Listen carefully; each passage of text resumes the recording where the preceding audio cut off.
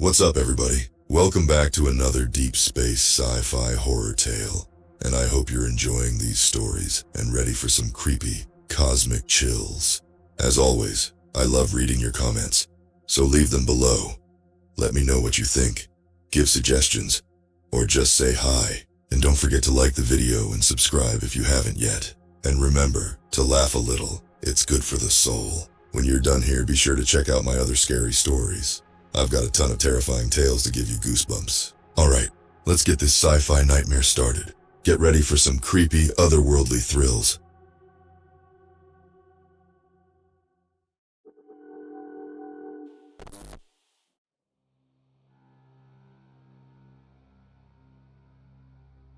The year was 3057, and humanity had mastered the art of time travel. I was one of the lucky few chosen for the first deep space mission using this technology. Our goal? To explore the farthest reaches of the universe and uncover its secrets. My name's Jack, and I'm the captain of the Kronos, Earth's most advanced spaceship. We were about to embark on a journey that would take us billions of light years away from home. As we prepared for launch, I couldn't shake this weird feeling in my gut. Something felt off. But I pushed those thoughts aside. This was my chance to make history. The day finally came. My crew and I boarded the Kronos, our home for the next year. As the engines roared to life, I gripped my seat tight. This was it. No turning back now. We shot into space at impossible speeds. Stars blurred into streaks of light. Before I knew it, Earth was just a tiny blue dot in the distance. Weeks passed without incident. We traveled further than any human had before. But then, things started to get strange. It began with small stuff.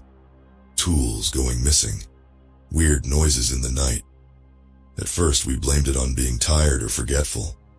But deep down, we all knew something wasn't right. One night I woke up to screams. I rushed to the source and found Sarah, our engineer, shaking and pale. She swore she saw a shadow move on its own. We searched the ship, but found nothing.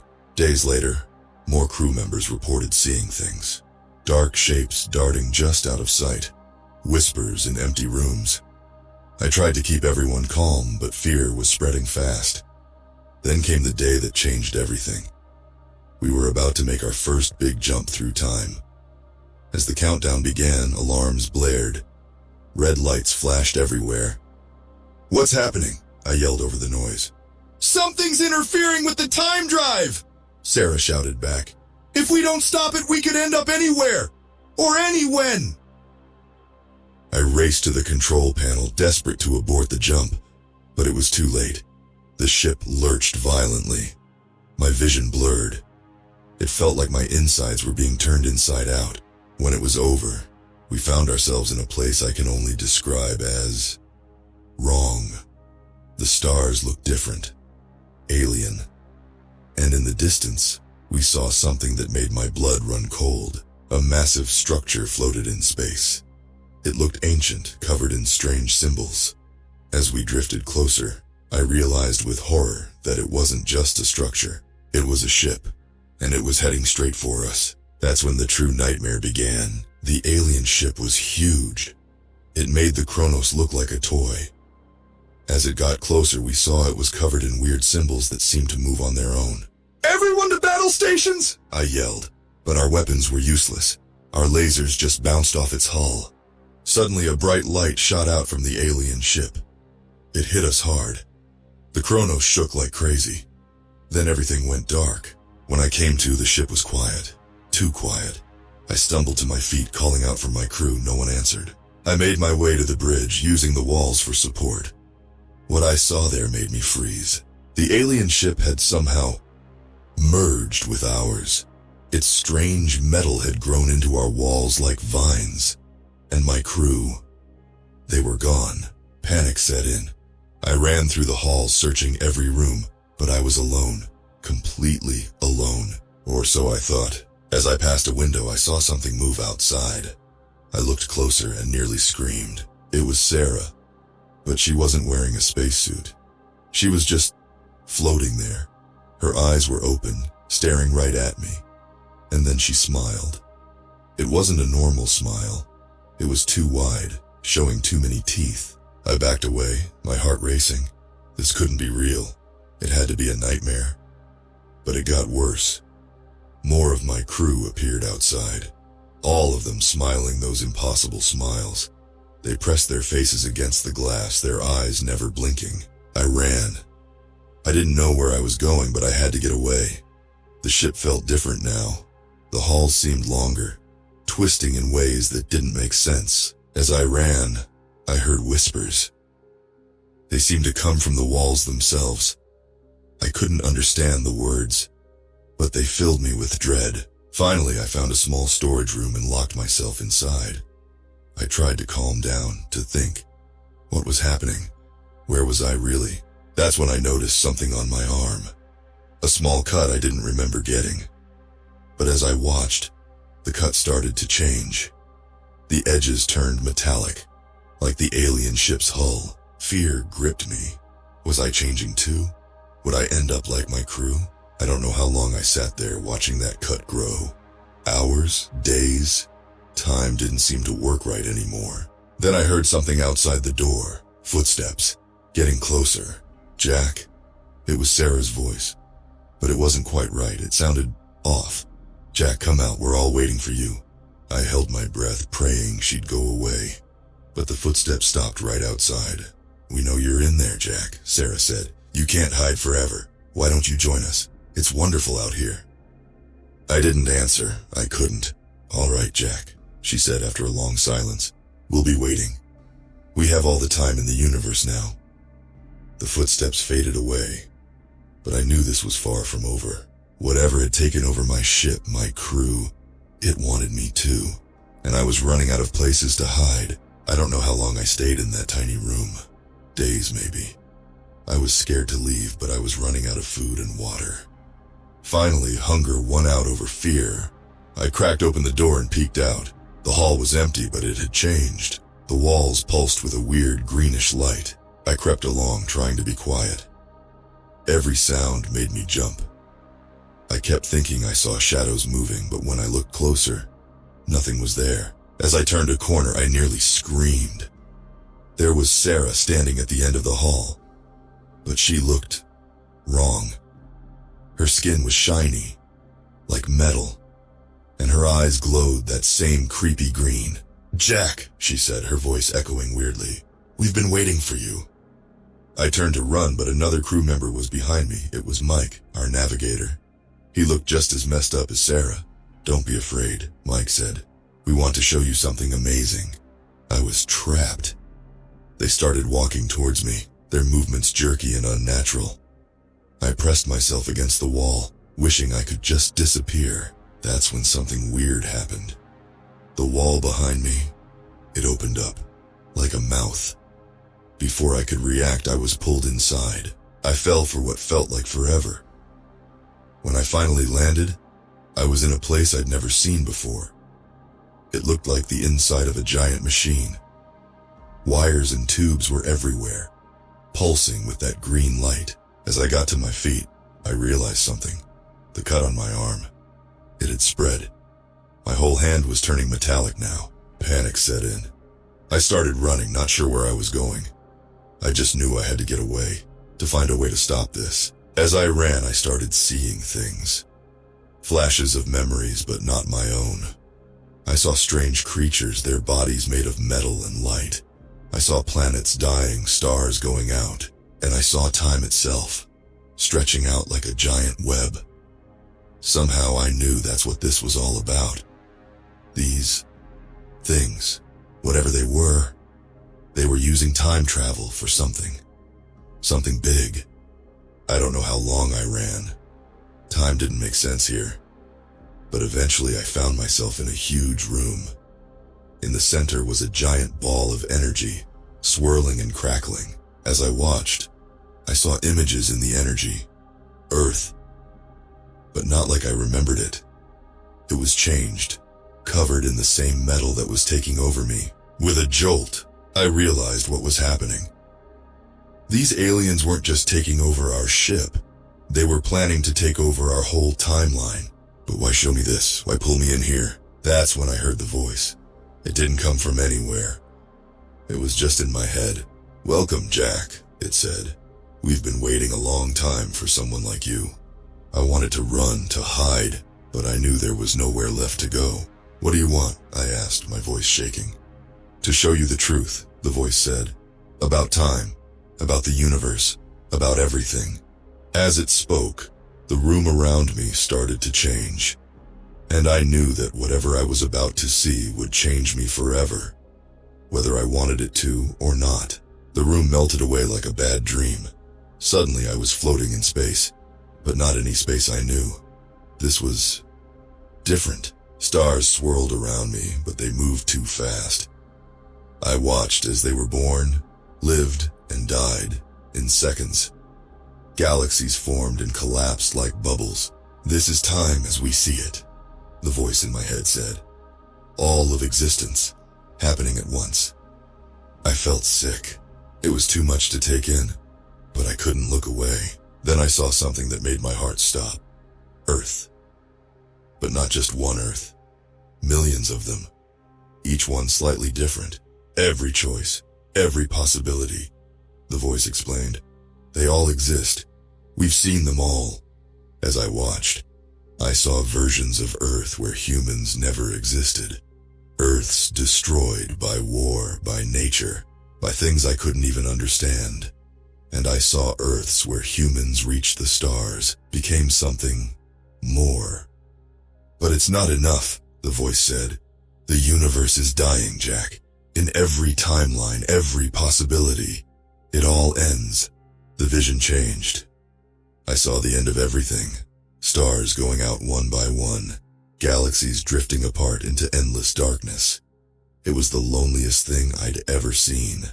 "We found a way to survive," the voice continued. "By merging with time itself, becoming one with the fabric of the universe." I looked down at my arm. The metallic change had spread further. I realized with horror that this was what was happening to me, to my crew. "But we need help," the voice said. "We need humans. Your ability to adapt, to change. It's the key to saving everything." I wanted to argue, to fight back. But a part of me, a growing part, was starting to understand. "What about free will?" I asked. "You're forcing this on us." "Are we?" the voice replied. "Look again." The vision shifted. I saw myself back on Earth. I saw the choices that led me here. But I also saw other choices. Versions of me that stayed home, that lived normal lives. "You chose this path, Jack," the voice said, "in more ways than you know." My head was spinning. It was too much. I wanted it to stop, to go back to normal. But I knew that was impossible now. "What do you want from me?" I asked, my voice barely a whisper. "To lead," the voice said. "Your crew has changed, but their minds are limited. You're different, special. You can help us save everything." I felt something change inside me. The fear was fading, replaced by something else. Understanding? Acceptance? I wasn't sure. "If I say no?" I asked, already knowing the answer. "Then all of this ends," the voice said. "Not just you, not just Earth, everything." I closed my eyes, feeling the change spread through my body. When I opened them again, I saw the universe in a whole new way. "Okay," I said, "show me what to do." And just like that, I wasn't Jack anymore. I was something new. Something that could see the threads of time, could reach out and change them. Part of me screamed that this was wrong, but that part was getting smaller by the second. I had a job to do now, a universe to save, whether it wanted to be saved or not. Time stopped making sense after that. I existed everywhere and everyone at once. It was beautiful and terrifying. I saw the birth of stars and the death of galaxies. I watched civilizations rise and fall in the blink of an eye. And through it all, I worked. My job was to find the right threads of time, the ones that could be woven together to create a new future. A future where the universe didn't die. It wasn't easy. Every change I made had consequences. Sometimes, entire worlds blinked out of existence because of my choices. But I couldn't stop. The fate of everything depended on me. My crew worked with me, but they were different now. They were like robots, following my orders without question. I missed the people they used to be, but I couldn't dwell on it. There was too much at stake. As I worked, I started to notice something strange. Gaps in time. Places where I couldn't see or reach. At first, I thought it was just part of the process. But then I realized the truth. Something was fighting back. I brought my concerns to the voice, the entity that had changed me. But its response was unsettling. Ignore the gaps, it said. Focus on the task. But I couldn't ignore them. They were growing, spreading like cracks in a window. And sometimes in those cracks, I caught glimpses of something else. I saw versions of Earth where things were different, where the metallic change hadn't taken over, where people were still people. Doubt began to creep in. Was what I was doing really saving the universe? Or was I helping to destroy it in a different way? I tried to push these thoughts aside, to focus on my work, but they kept coming back, stronger each time. Then one day, if days even existed anymore, I saw something that changed everything. In one of the gaps I saw myself, the old me, the human me, and he was fighting back. I watched as this other version of me rallied the remnants of humanity. They were building something, a weapon against the entity that had changed me. Part of me wanted to stop them, to protect the new future I was building. But another part, a part that was growing stronger, wanted to help. I was torn between two versions of myself, two possible futures, and I knew that whichever one I chose would determine the fate of everything. The entity must have sensed my conflict. It spoke to me, its voice more urgent than I'd ever heard it. You must choose, Jack, it said. The fate of the universe hangs in the balance. I looked out at the tapestry of time I'd been weaving. It was beautiful, in its way, perfect and ordered, but cold, lifeless. Then I looked at the gaps, at the chaos and struggle in life that still existed there. I made my choice. I choose freedom, I said, and with that, I reached out to the other me, across time and space, ready to undo everything I'd done, ready to fight for a future that wasn't perfect, but was ours to choose. The battle for the fate of the universe was about to begin. The moment I made my choice, everything went crazy. The ordered tapestry of time I'd been weaving started to unravel. The entity screamed in my head, a sound of pure rage and fear. What have you done? It shrieked. You'll doom us all! But I didn't listen.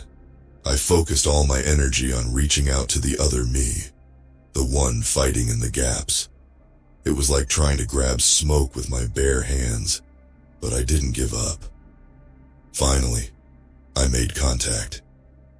It was the weirdest feeling ever, like shaking hands with myself. In that moment, I saw everything he'd been through. The battles, the losses, the tiny victories. And I knew I'd made the right choice. Help me, I said, thought to him. Help me undo this. He didn't need to be asked twice. Together, we started to push back against the entity's control. It wasn't easy. The entity fought back hard, using all its power to stop us. Time and space went nuts. I saw realities collide and merge. Planets that had never existed suddenly popped into being. Stars that had died millennia ago burst back to life. My crew, the ones who had been changed like me, started to wake up.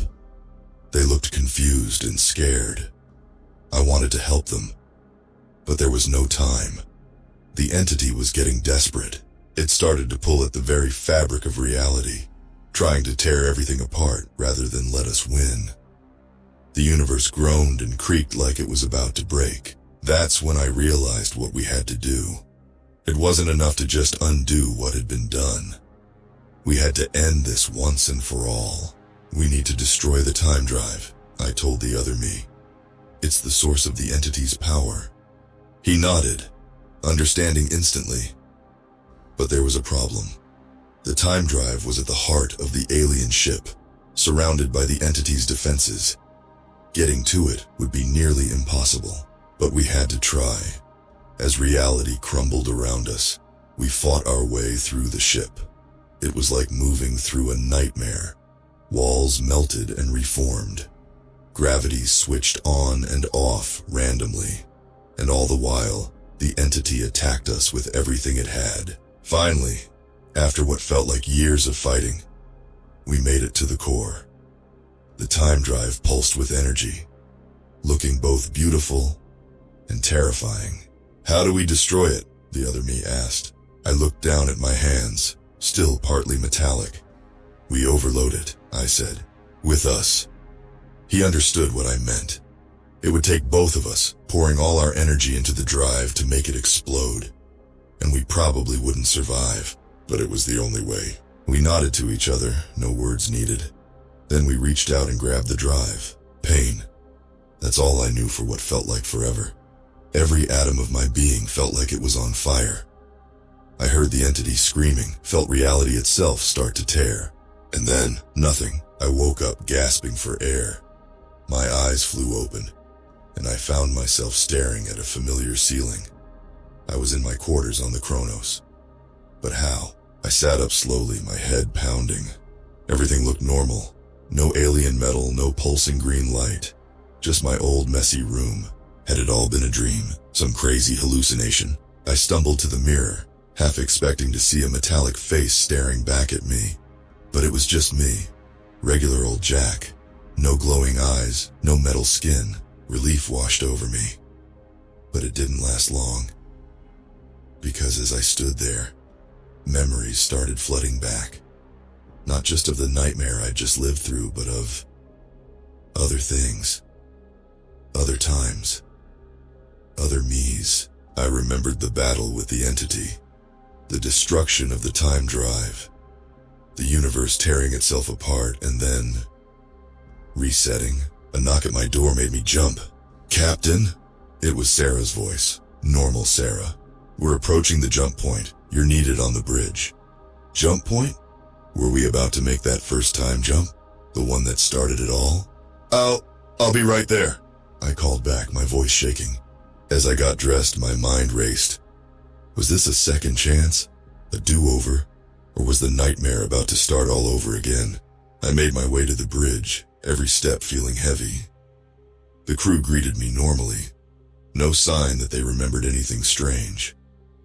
"Ready for the jump, Captain?" Mike asked from his station. I looked at the view screen. There it was. The point where we'd make our first leap through time. Where it had all gone wrong before, or had it? The memories were starting to fade like a dream after waking. Had any of it been real? My hand hovered over the launch control. I could feel the weight of the decision. If I pressed it, we'd jump. We'd risk everything happening again. But if I didn't... "Captain?" Sarah's voice snapped me back to reality. "Is everything okay?" I looked at my crew, at the ship I'd sworn to protect, at the mission we'd worked so hard for, and I made my choice. "Abort the jump," I said firmly. Confused looks passed between the crew members. "But sir," Mike started, The mission's changed," I cut him off. "We're going home." As I gave the order to turn the ship around, I felt a weight lift off my shoulders. Maybe I was crazy. Maybe I was throwing away the chance of a lifetime based on some messed up dream. But as I watched the jump point fade away in our rear view, I knew I'd made the right call. Whatever was out there, whatever might have been, it wasn't worth the risk. Some things I realized weren't meant to be messed with. Time was one of them. As we set course for Earth, I silently thanked whatever version of me had fought to give us this second chance. And I swore I'd make the most of it. After all, we had all the time in the world, and this time, it was ours to choose how to use it.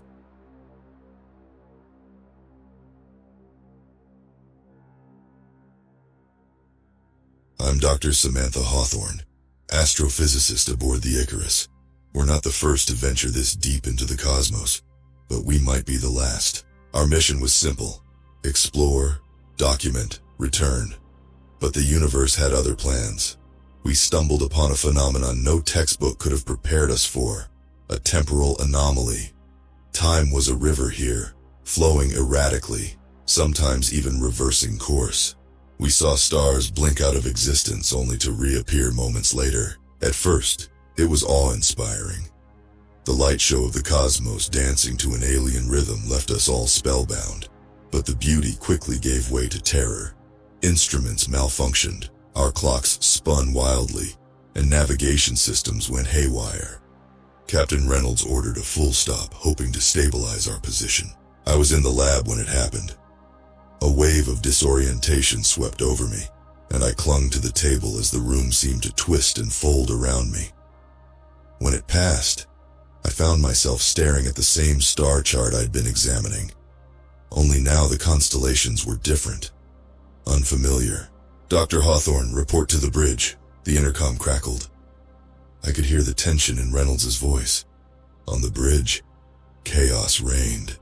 Lieutenant Carter was frantically trying to regain control of our trajectory, while the rest of the crew looked on, helpless.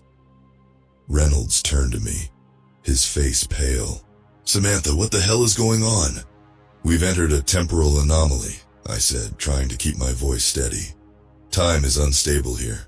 We need to get out, but I need more data to find a safe path." Reynolds nodded grimly. "Do whatever you need to do. Just get us out of here." As I returned to the lab, I noticed something odd.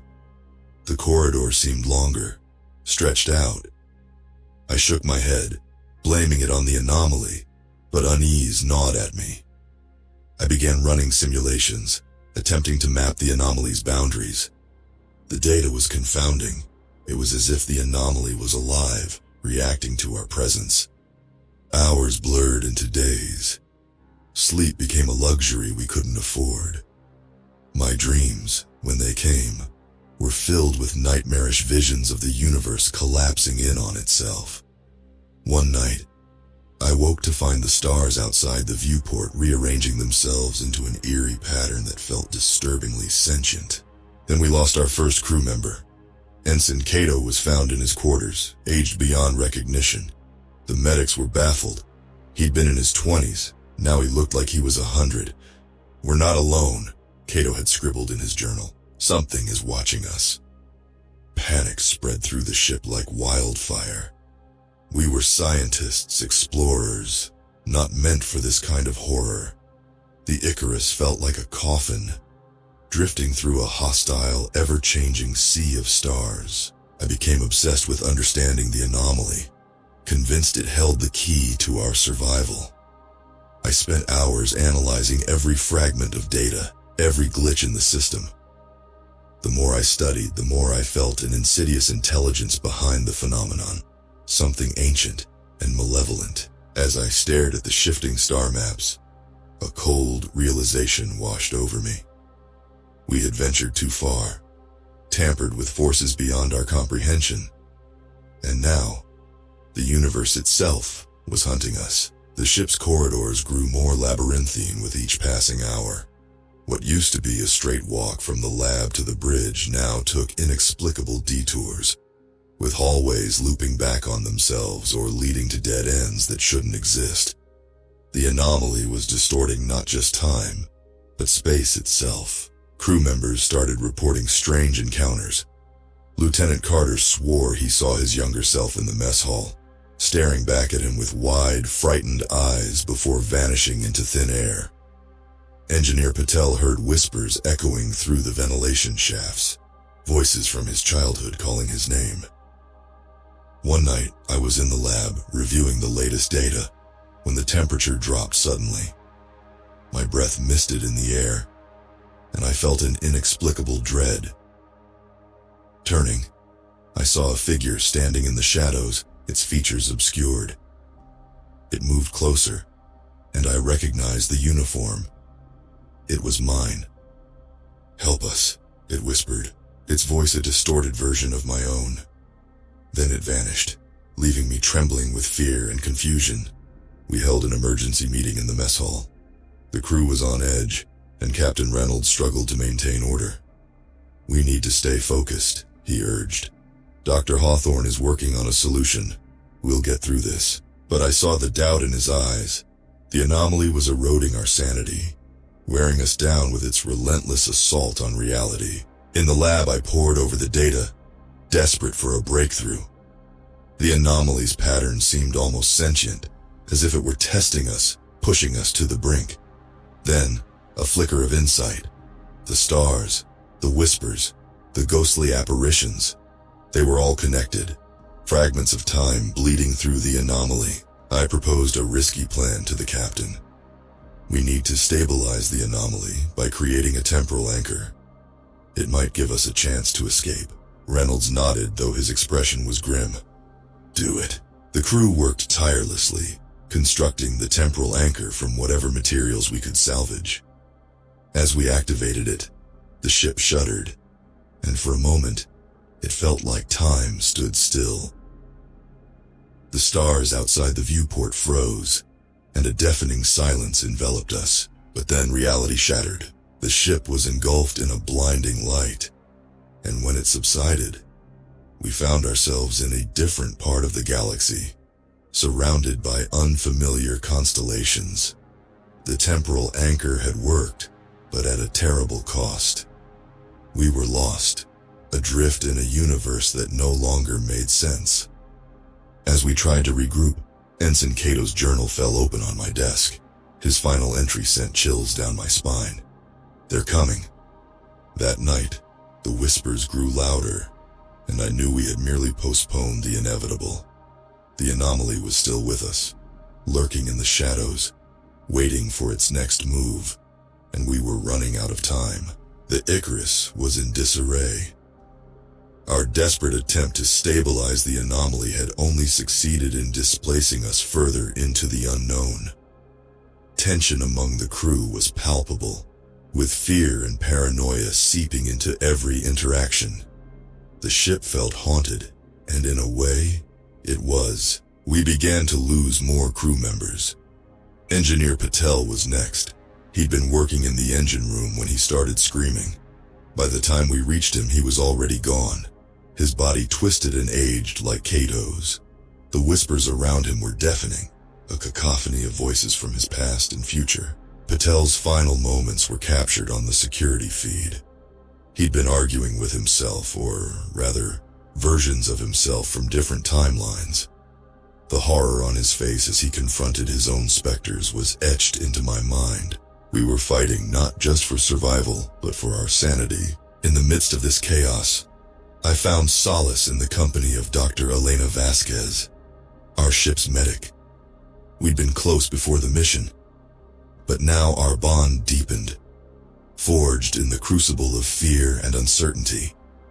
Her presence was a lifeline, a reminder of the humanity we were struggling to hold on to. One evening as we sat together in the mess hall, Elena shared a theory. What if the anomaly isn't just a temporal disturbance? What if it's a gateway? "A gateway to what?" I asked, dreading the answer. "To somewhere else or someone else," she replied. "A place where time and space intersect in ways we can't understand." Her words resonated with me. The more I thought about it, the more I realized the anomaly wasn't just an obstacle.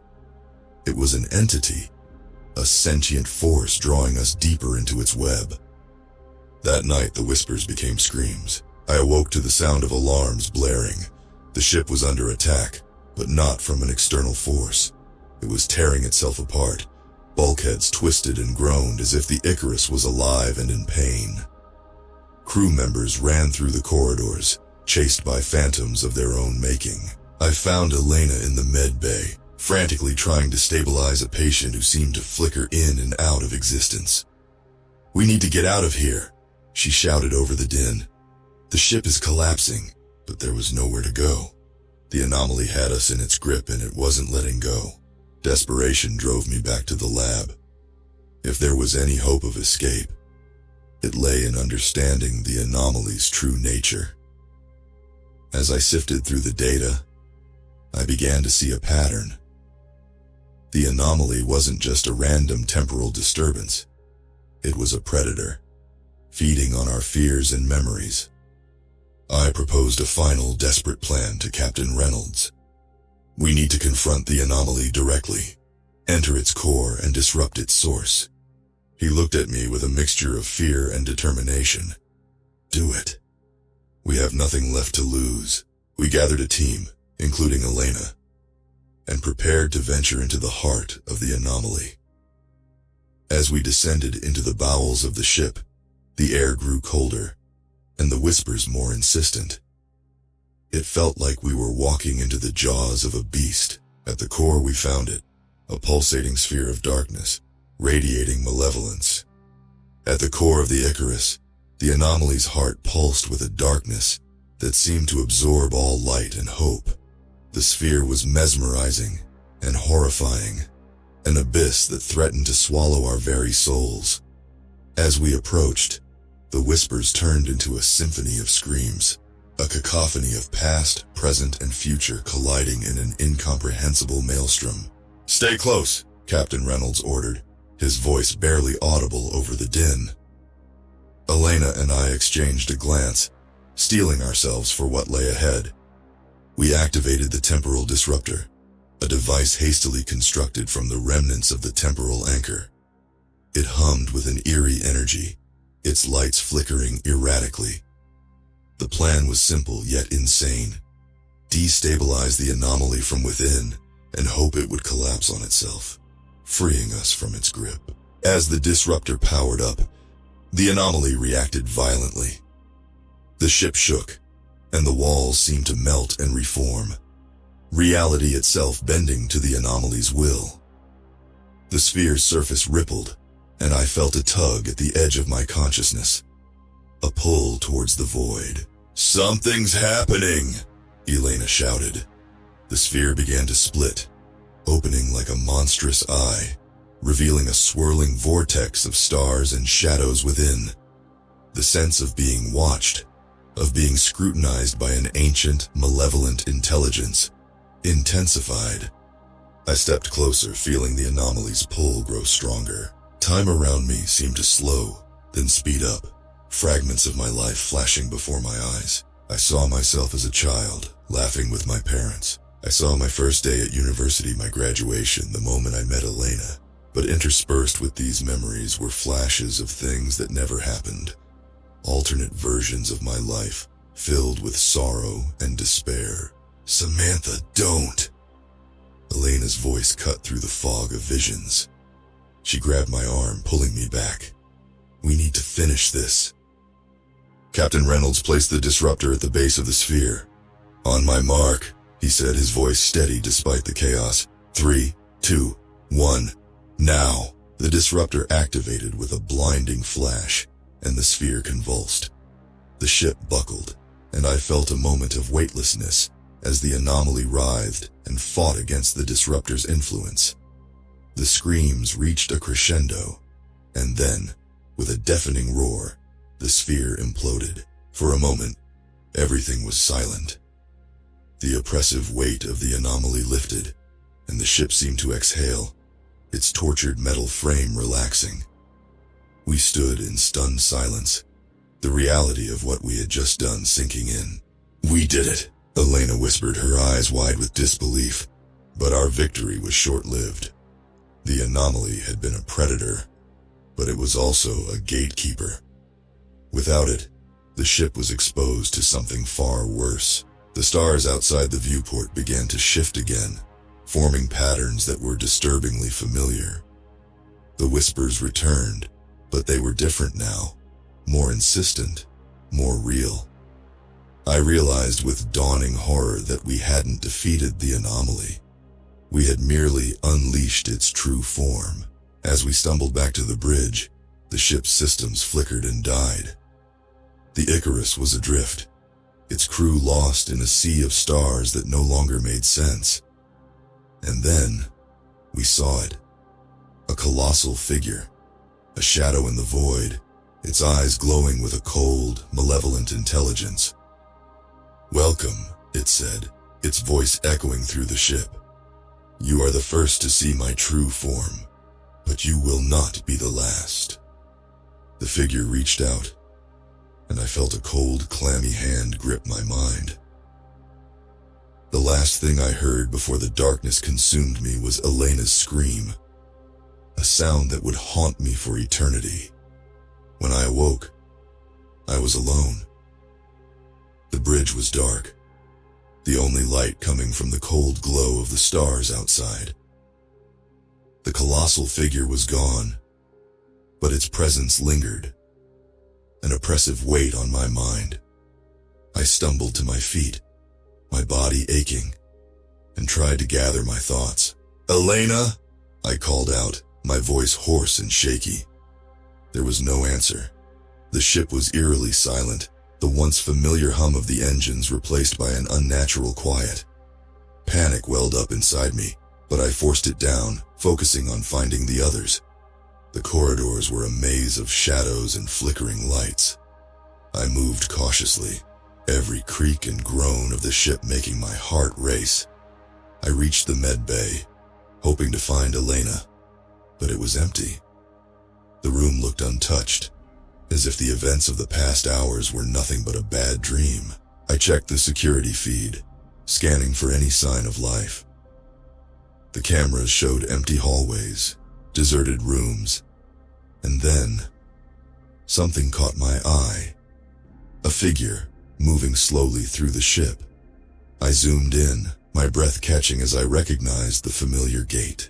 "Elena," I whispered, relief flooding through me. She was alive. I hurried to the location shown on the feed, my mind racing with questions and fears. I found her in the lab, staring at the star charts on the wall. She looked up as I entered, her eyes hollow and haunted. "Sam," she said, her voice barely above a whisper. "It's not over." "What happened?" I asked, moving to her side. "Where is everyone?" She shook her head, tears streaming down her face. "Gone. They're all gone. The anomaly took them." I felt a cold dread settle over me. "We need to find a way out of here," I said, trying to stay calm. "There has to be a way." Elena nodded, but I could see the hopelessness in her eyes. The ship was damaged, our resources dwindling, and the anomaly, or whatever it truly was, had us in its grip. As we worked together to repair the ship's systems, the whispers returned, louder and more insistent. They spoke of despair, of endless cycles of suffering. I tried to ignore them, focusing on the task at hand, but they burrowed into my mind, making it hard to think. "We need to leave," Elena said suddenly, her voice sharp with urgency. "Now, before it comes back." We made our way to the escape pods, but when we reached them, we found them all offline, their controls unresponsive. The realization hit us like a physical blow. We were trapped. "There's another way," I said, my mind racing. "The shuttle. It has its own power source. We can use it to escape." Elena nodded, and we hurried to the shuttle bay. The whispers followed us, growing louder, more frantic. The ship seemed to twist and warp around us, the anomaly's influence still strong. We reached the shuttle and quickly powered it up. As the engines roared to life, I felt a glimmer of hope. We could make it. We could escape this nightmare. But as we prepared to launch, the colossal figure reappeared, its eyes glowing with cold, malevolent intelligence. "You cannot escape," it said, its voice reverberating through the shuttle. "You are mine." I felt a crushing pressure on my mind, the figure's grip tightening. Elena screamed, and I reached out to her, but she was already fading, her form dissolving into the shadows. "No!" I shouted, but it was too late. The darkness closed in, and I felt myself slipping away, the last remnants of my sanity torn apart by the anomaly's relentless assault. I woke up in a dark, cold place. My body was weightless, drifting through an abyss of stars and shadows. I felt a dull ache in my head, a reminder of the anomaly's grip on my mind. Memories were fragmented, jumbled pieces of my past interwoven with nightmarish visions of an endless void. "Sam," Elena's voice echoed through the darkness. I turned, desperately trying to locate her, but all I saw were swirling mists and the faint glimmer of distant stars. "Elena!" I called out, my voice breaking. "Where are you?" "I'm here," she replied, her voice closer now. I reached out and my hand brushed against something solid. Her touch was warm, a small comfort in the cold expanse of nothingness. "What happened?" I asked, my voice trembling. "Where are we?" "We're inside it," she said, her voice barely a whisper. "The anomaly, it consumed us. We're trapped in its core." The realization hit me like a punch to the gut. We were no longer aboard the Icarus. We were inside the anomaly, lost in a realm where time and space were meaningless. The colossal figure's words echoed in my mind. "You are mine. We need to find a way out," I said, trying to muster some semblance of hope. "There has to be a way." Elena's grip tightened on my hand. "I've been trying, but it's like a maze.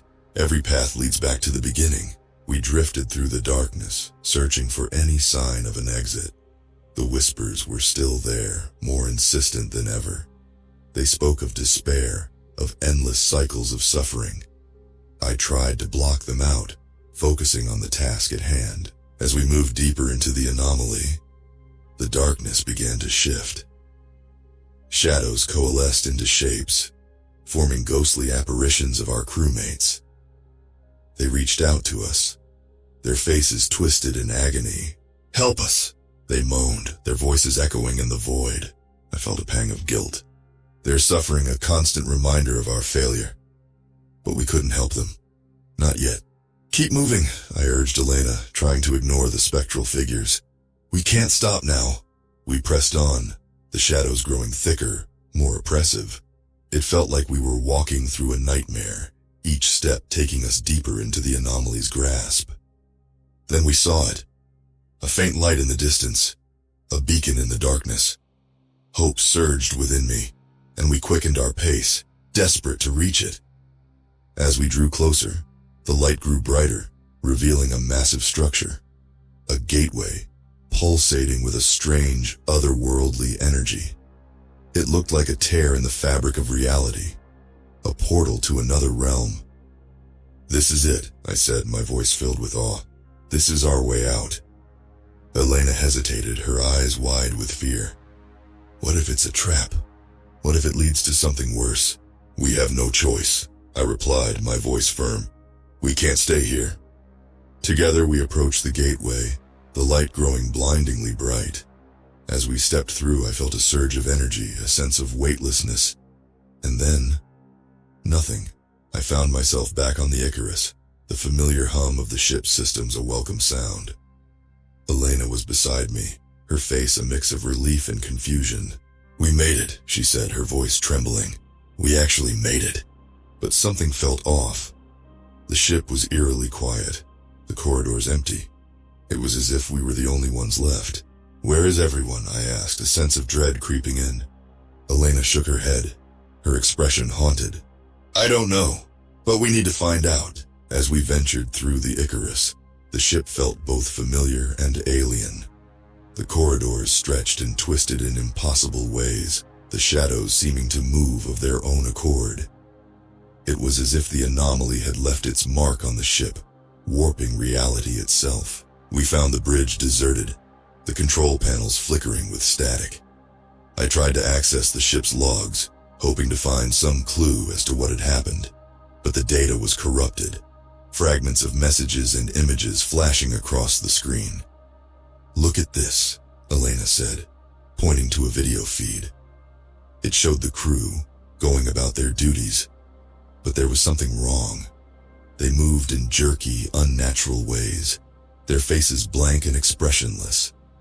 "It's like they're trapped in a loop," I said, a cold dread settling in my stomach, repeating the same actions over and over. As we watched, the figures on the screen began to glitch, their forms distorting and blurring. It was as if they were being pulled apart by the same forces that had twisted the ship. "We need to get to the core," I said, a sense of urgency driving me forward. "That's where the answers will be." Elena and I made our way to the heart of the ship, the whispers growing louder with each step. The air grew colder, and the shadows seemed to close in around us. It felt like we were walking through a nightmare, each step taking us deeper into the anomaly's grasp. At the core, we found it, the pulsating sphere of darkness, the heart of the anomaly.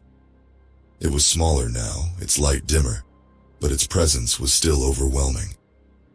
"This is it," I said, my voice barely above a whisper. "We need to destroy it." Elena nodded, her expression resolute.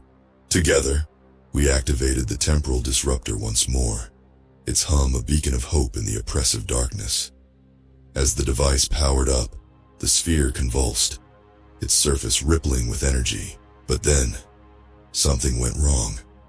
The disruptor began to malfunction, its lights flickering erratically. I felt a surge of panic, realizing that we might not have enough power to finish the job. "Sam, look!" Elena shouted, pointing to the sphere. It was opening again, revealing the same swirling vortex of stars and shadows. The colossal figure reappeared, its eyes glowing with cold, malevolent intelligence. "You cannot escape," it said, its voice echoing through the ship. "You are mine." I felt the crushing pressure on my mind once more, the figure's grip tightening, but this time I was prepared. I reached for the disruptor, channeling all my remaining strength into the device. "Now!" I shouted, and Elena activated the final sequence. The disruptor surged with energy, and the sphere began to collapse, its light growing blindingly bright. The figure screamed, its form dissolving into the void. I felt the pressure lift, and the ship shuddered as the anomaly began to unravel. For a moment, everything was silent. The oppressive weight of the anomaly lifted, and the ship seemed to exhale, its tortured metal frame relaxing. "We did it," Elena said, her voice filled with awe. But as we stood there, the realization hit me. We were still inside the loop. The anomaly might be gone, but its influence remained, trapping us in an endless cycle of suffering. "We need to find another way," I said, determination in my voice. "We can't stay here." Elena nodded, her expression resolute. Together, we made our way back to the shuttle, the ship's corridors a maze of shadows and flickering lights. The whispers were still there, but they were fainter now, a distant echo of the anomaly's power. As we prepared to launch, I felt a glimmer of hope. We might be trapped, but we weren't alone, and as long as we had each other, there was still a chance for escape. The shuttle's engines roared to life, and we launched into the void, leaving the twisted remains of the Icarus behind. The stars stretched out before us, a vast unexplored frontier.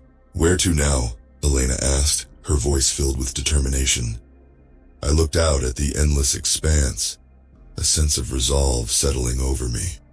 Anywhere but here. And so we ventured into the unknown, determined to break the cycle and find our way home, no matter the cost.